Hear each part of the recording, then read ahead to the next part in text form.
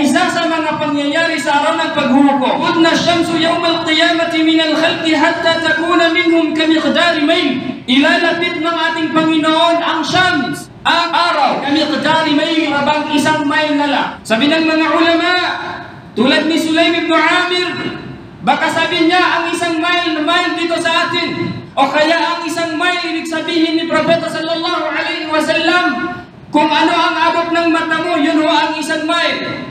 Wallahu alam. Ala kullin, ipinalalapit ni Allah subhanahu wa ta'ala ang kanyang araw upang maarawan ang mga tao. Adab sa mga tao. Araw na yun, sabi ng Propeta sallallahu alaihi wasallam, fayakunu an-nasu ala qadri a'malihim fil araq. Ang mga tao, papawisan sila, nakadepende sa kanilang gawain. Faminhum man yakunu ila ka'bayhi.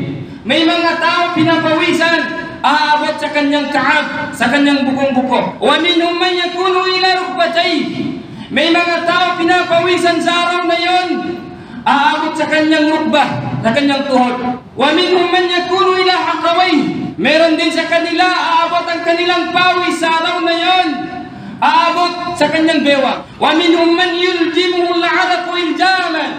Meron sa mga tao sa panahon na yon, lumalangoy sa kanyang pawis. Biruin mo, hindi ka lumangoy sa swimming pool, hindi ka rin lumangoy sa dagat.